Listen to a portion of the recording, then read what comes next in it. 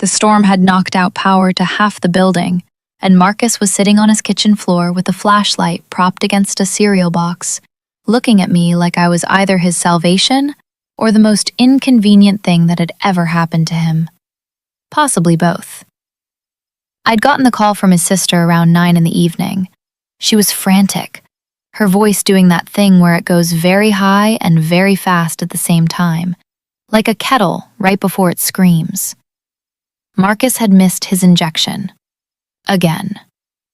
His B12 levels had been in the basement for months, and his doctor had finally put him on a weekly intramuscular protocol. But Marcus, apparently, had what his sister called a complicated relationship with needles. Her words.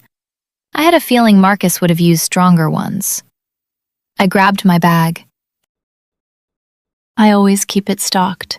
Syringes, alcohol swabs, a couple of pairs of gloves in different sizes, gauze, a small sharps container that looks mildly ridiculous in a tote bag, but has saved me from more than one awkward moment at airport security. It was raining, the kind of rain that doesn't fall so much as just exists, like the air itself had given up being air and decided to become water instead. By the time I got to his building, my jacket was useless, and my shoes had opinions about the puddle I'd stepped in. He buzzed me up without saying anything on the intercom, just a long pause, and then the door clicked open. The apartment was lit by 3 candles and that flashlight. He'd arranged them in a way that was either very intentional or completely accidental, but ended up being oddly beautiful. Warm pools of light on the countertops, the rest of the room soft and dim.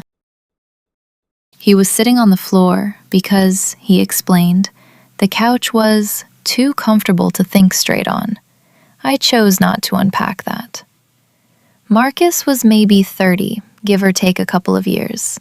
Dark eyes, the kind of jaw that looks like it was carved by someone who was showing off a little. He was also, very clearly, doing everything in his power to appear completely unbothered by my presence, which meant he was extremely bothered by my presence. You didn't have to come out in this, he said. I was already dressed, I said, which was true and also not really the point, but it made him almost smile, and that was enough to work with.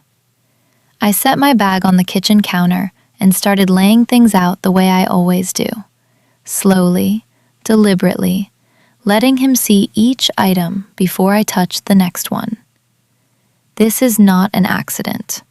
When someone is afraid of needles, the worst thing you can do is move fast, be breezy, act like it's nothing. Because to them, it's not nothing. The fear is real, even when the danger is minimal. You don't argue with fear. You just give it a little room, and then you, gently, patiently, take up more space than it does. Have you eaten tonight? I asked. He blinked. Yeah, why? Just checking. Some people get lightheaded after injections if they haven't eaten. Not because of the injection itself, just the anxiety response. Your body thinks it's in danger and redirects blood flow. It's very dramatic and very inconvenient. He laughed at that. A real one, short and surprised.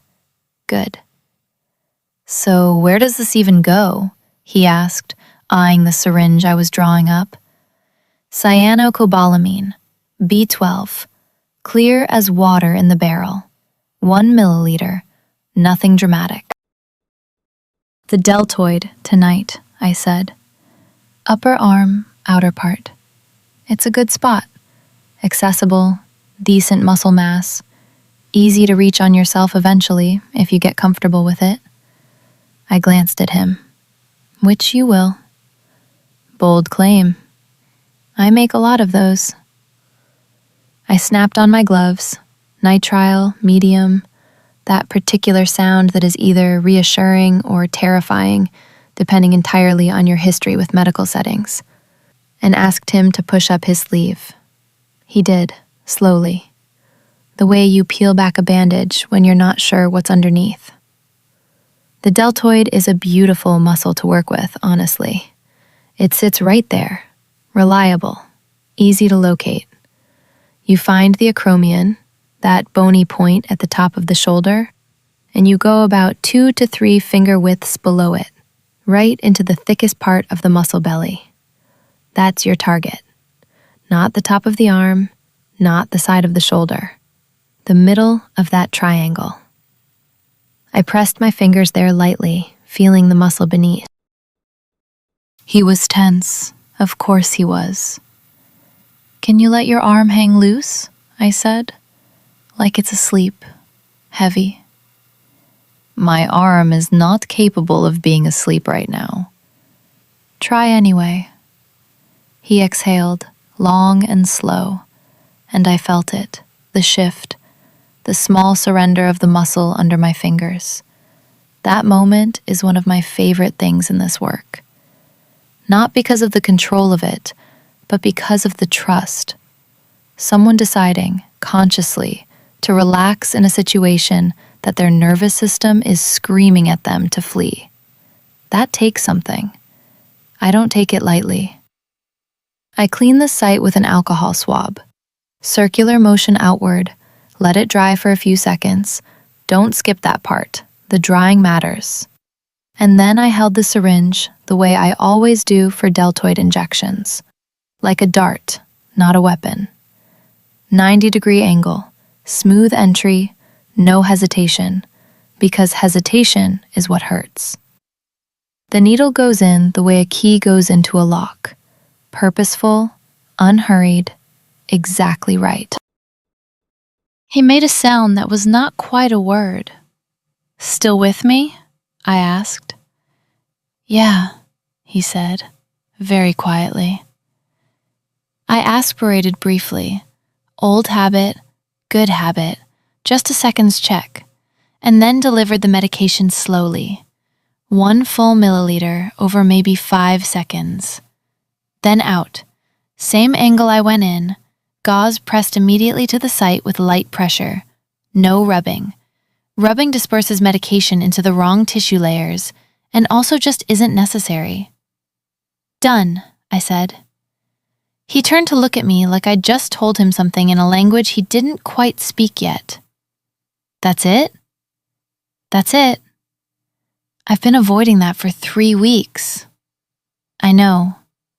He laughed again, and this time it had something sheepish in it, something almost fond. The way you laugh at yourself when you finally realize the thing you were afraid of was mostly a story you were telling yourself.